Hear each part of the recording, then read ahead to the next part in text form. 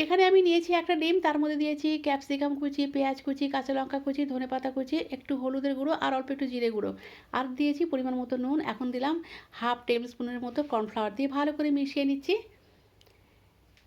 তারপর নুডলসটা আমি বানিয়ে নিচ্ছি, ম্যাগি নুডলসটা। এর মধ্যে আমি একটু জলটা শুকিয়ে গেলে ম্যাগি মশলা দিয়ে দেব।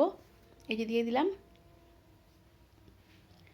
দিয়ে ভালো করে মিশিয়ে দিচ্ছি।